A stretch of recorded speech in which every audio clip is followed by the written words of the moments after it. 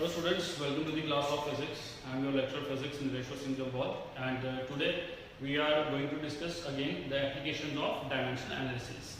अगर आपको याद होगा तो पिछली वीडियो में हमने डायमेंशन एनालिसिस की जो एप्लीकेशन है उसकी सेकंड एप्लीकेशन, ठीक है, convert one system of unit into another, उसके रिलेटेड जो डिस्कशन करी थी और उसके रिलेटेड न्यूमेरिकल्स भी हमने सॉल्व करे थे। तो आज भी हम वही जो सेकंड एप्लीकेशन है to convert one system of unit into another, उसी को कंटिन्यू करेंगे, उन्हीं के न्यूमेरिकल्स को आगे कंटिन्यू करेंगे। तो पीछे हमने दो न्यूमेरिकल्स जो है उसके सॉल्व किए थे। आज जो वो हम थर्ड न्यूमेरिकल जो है वो करने जा रहे हैं। ये थोड़ा सा अलग है, इसको ध्यान से देखना कि किस तरीके से हमने कन्वर्जन करनी होती है। ओके, तो अगर आप न्यूमेरिकल देख रहे हो तो इसमें उसने कहा कन्वर्ट वर्क ऑफ 100 जूल, ठीक है। We have to convert work, physical quantity पता है वर्क है, और we have to convert 100 joules, मतलब हमारे पास एसआई सिस्टम दिया गया है, ठीक है। 100 is your n1 into system of units which has units of mass 100 gram, unit of length 10 centimeter and unit of time as 30 centimeter। देखिए अब उसने सीधा नहीं कहा कि कन्वर्ट 100 जूल इनटू अर्क और इस तरीके से, उसने क्या किया है, उसने बताया कि एसआई सिस्टम है। ये यहाँ से तो पता चल गया कि हमें एसआई सिस्टम को जो है वो कन्वर्ट करना है, ठीक है, एक ऐसे सिस्टम में जिसमें मास 100 ग्राम है, यूनिट लेंथ जो है वो 10 सेंटीमीटर है और जो टाइम है वो 30 सेंटीमीटर है। ओके, तो हालांकि अगर देखा जाए तो ये सीजीएस ही बनता है, ये ग्राम में है, ठीक है, लेंथ सेंटीमीटर में और टाइम सेकंड में है, लेकिन इसकी वैल्यूज दी गई हैं तो हम इसको एक न्यू यूनिट लिखेंगे। तो लिखने का वही तरीका है, हमें कन्वर्ट करना है सीजीएस इनटू दिस यूनिट, मतलब SI system into another system. तो सबसे पहले जो गिवन है वो कौन सा सिस्टम है मेरे का, एसआई सिस्टम जो है वो गिवन है, ऐसे लिखते हैं हम।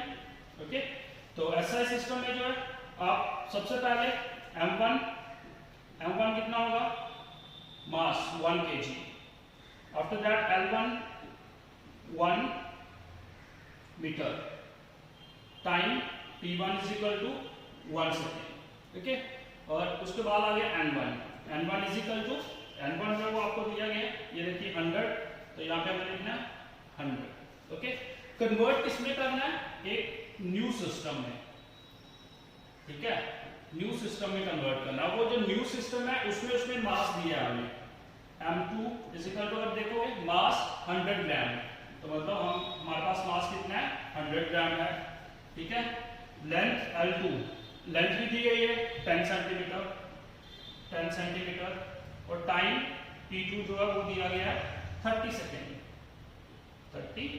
सेकेंड। ओके, और हमें क्या निकालना है, n2 की वैल्यू जो है वो फाइंड आउट करनी है। क्लियर है ये चीज? तो ये फर्स्ट स्टेप आ गया जो मैंने आपको लास्ट वीडियो में बताया था कि फर्स्ट स्टेप जो हमें इस तरीके से करना होता है।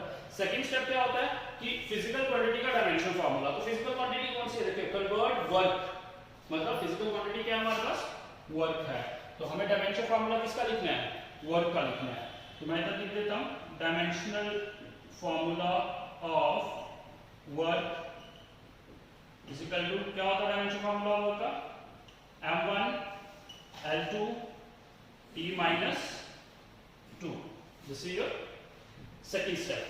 Okay. After that, third step क्या होता है हमारे पास, conversion formula, ठीक है। Now, conversion formula क्या होता है, conversion formula n2 is equal to n1 m1 upon m2 की power a, L1 upon L2 की power b and T1 upon T2 की power c। Okay, conversion formula ये होता है। उसके बाद हम क्या करते हैं, कंपेयर करते हैं इसको, कन्वर्जन फार्मूला डायमेंशन फार्मूला को with the dimensions. Okay, so here सबसे पहले a b c की वैल्यू निकालेंगे। a की वैल्यू, क्योंकि m है, m की वैल्यू यहाँ पे, m की पावर क्या है 1, तो a is equal to 1। After that b की डायमेंशन जो l की डायमेंशन, b जो किसकी डायमेंशन है, l की, तो l का डायमेंशन कितना है 2, तो b is equal to 2। And C is equal to C जो किसका डायमेंशन है टी टाइम का, तो यहाँ पे वर्क में टाइम -2, तो सी कितना आ गया -2। ओके, ये चीज क्लियर होगी।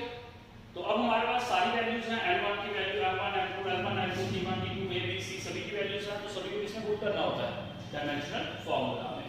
तो नेक्स्ट स्टेप क्या होता है, पुट ऑल द वैल्यूज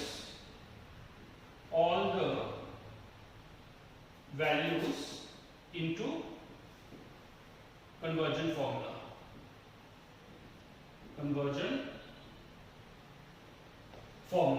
तो चलिए conversion formula n2 is equal to n1.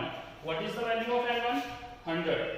Okay, 100 m1 की वैल्यू कितनी है बेटा 1 kg और m2 की वैल्यू 100 ग्राम।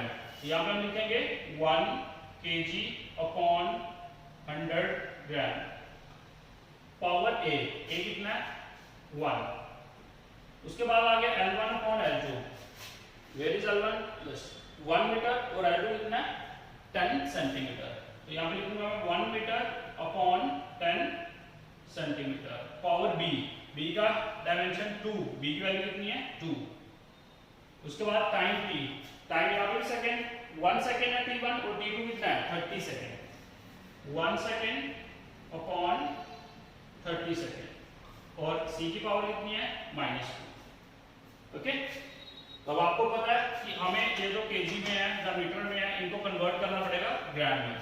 तो हम इसको लिखेंगे n2 is equal to 100 1 kg कितने ग्राम होते हैं 1000 अपॉन 100 ग्राम, ठीक है, power 1 metre 100 centimetre upon 10 power 2। Second जो सेकंड में रहेगा, इसमें तो कोई कन्वर्जन करनी है क्योंकि ये दोनों सेकंड में है, तो इसमें तो कोई कन्वर्जन नहीं रहेगी, power -2। Okay, so n2 is equal to 100, ये 2 0 कैंसिल हो जाएंगे, तो यहाँ पे सिर्फ क्या बचेगा इंटू 10 इंटू ये, इसमें से 1 0 कैंसिल हो जाएगा और 2 स्क्वायर है तो यहाँ पे क्या आ जाएगा 100। ओके, इंटू 10 की 30 की पावर कितनी है -2, तो 30 को ऊपर लेके जाएंगे तो +2 हो जाएगा, तो इसको कैसे लिखेंगे 30 की पावर 2, क्योंकि 30 की पावर जो है -2 है, ठीक है, तो -2 को ऊपर लेके जाएंगे तो +2 हो जाएगा। तो चलिए ये आपके पास बन जाएगा n2 इज इक्वल टू 1 2 3 4 5, क्योंकि ये 5 जीरो आ गए, इंटू इसका स्क्वायर करेंगे 30 का कितना हो जाएगा 900। So n2 is equal to 9 into 10 raise to power कितने है ये 5 6 और 7, 9 इंटू 10 रेज़ टू पावर 7 जो है वो n2 की वैल्यू आ जाएगी। तो इसका मतलब क्या होगा कि हमारा जो 100 जूल है, ठीक है, वो न्यू यूनिट के कितने के बराबर है 9 इंटू 10 रेज़ टू पावर 7, इधर लिख लो न्यू यूनिट के बराबर है। Okay, so this is one of the type of conversion of one system of unit into another. Okay, तो इस तरीके का न्यूमेरिकल जो है वो भी आपको पूछा जा सकता है। तो चलिए अब हम एक और न्यूमेरिकल, एक और टाइप है उसको डिस्कस करेंगे। ओके, तो ये जो हमारे पास नेक्स्ट न्यूमेरिकल है, ये मैंने लिखा हुआ है, ये थोड़ा सा जो है वो पहले वालों से डिफरेंट है। देखिए न्यूमेरिकल क्या कह रहा है, if the unit of force is considered as 200 newton, ठीक है, यूनिट ऑफ फोर्स को कंसीडर किया गया 200 newton, that of the power is 10 raise to power 8 watt and that of time is 1 millisecond, then find the unit of length. हमें एक जो length है, physical quantity या लेंथ, सिर्फ उसी का डायमेंशन फार्मूला, सॉरी उसकी वैल्यू जो है वो फाइंड आउट करनी है, ठीक है। तो इस तरीके से अगर क्वेश्चन पूछा गया हो तो उस केस में क्या करना है, ध्यान से देखिए।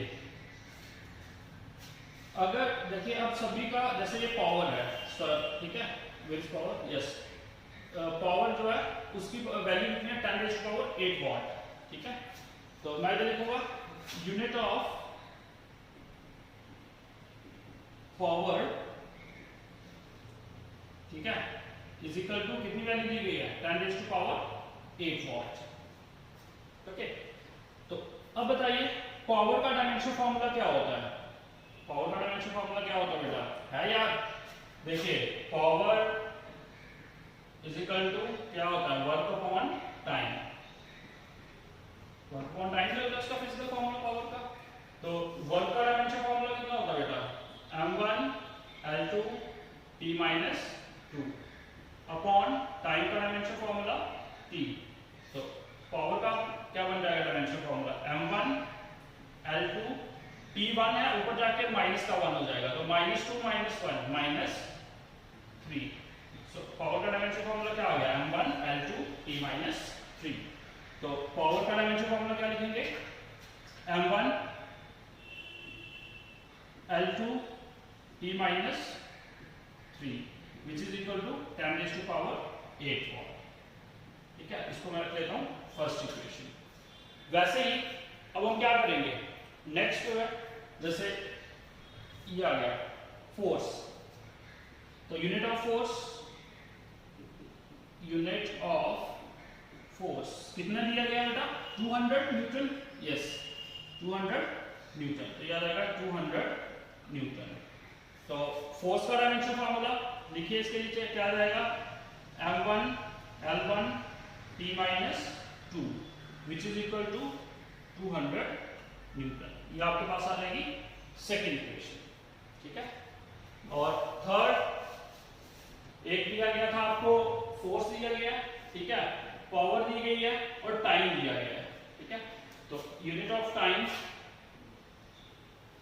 टाइम की वैल्यू कितनी दी गई है? 1 मिली सेकेंड।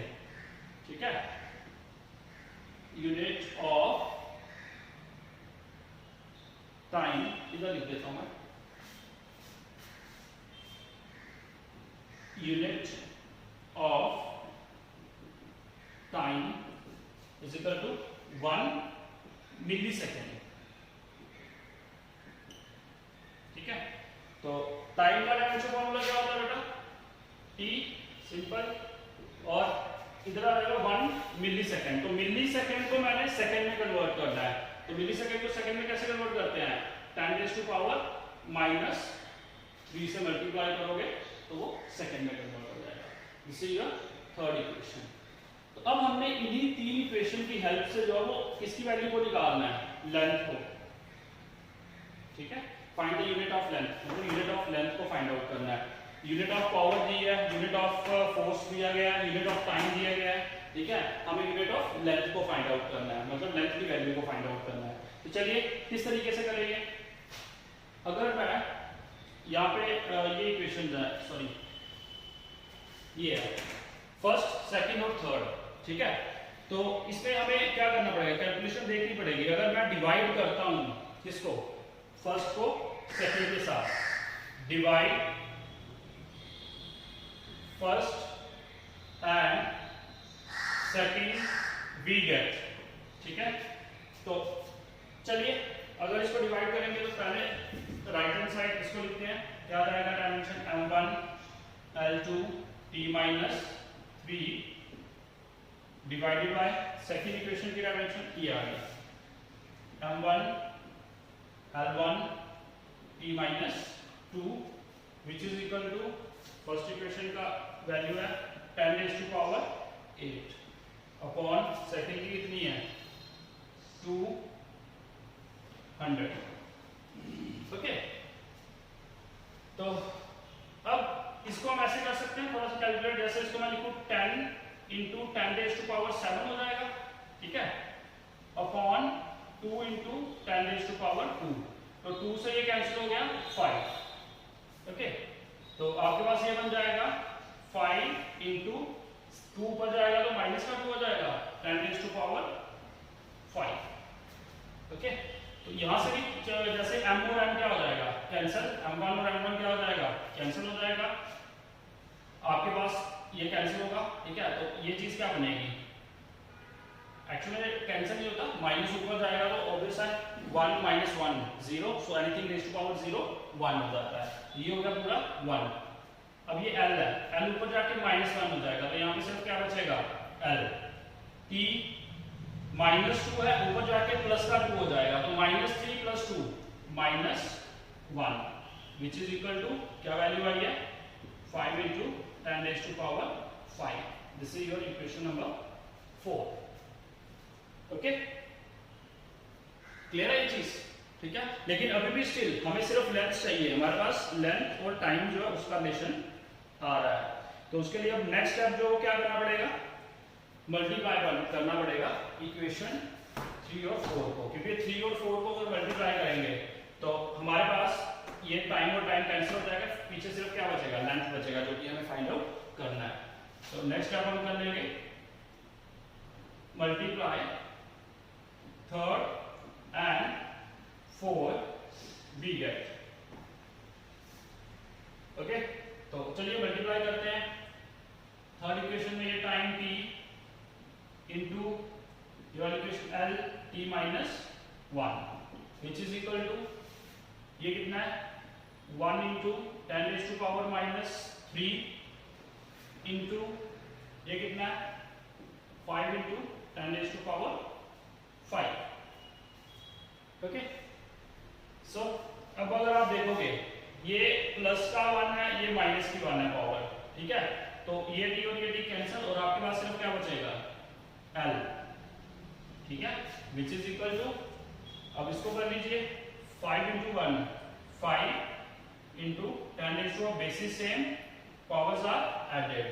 ये कितना बन जाएगा 10 माइनस 3 10 की पावर 2. सो आगे यूनिट ऑफ लेंथ कितना आ गया हमारे पास जो हमें निकालना था, unit of length is equal to 5 into 10 raise to power 2. Clear है ये चीज? तो इस तरीके से जो है वो हम क्या कर सकते हैं, यूनिट ऑफ लेंथ, कोई भी फिजिकल क्वांटिटी है उसका यूनिट को फाइंड आउट कर सकते हैं, उसकी वैल्यू को फाइंड आउट कर सकते हैं. ठीक है, तो इस तरीके के न्यूमेरिकल जो हैं वो आपको कन्वर्जन में एक यूनिट से दूसरे सिस्टम ऑफ यूनिट में कैसे कन्वर्ट करते हैं उसमें पूछे जा सकते हैं. Okay, so that's all about the second application of dimension analysis. Now in next lecture we will discuss the third application of dimension analysis. Okay.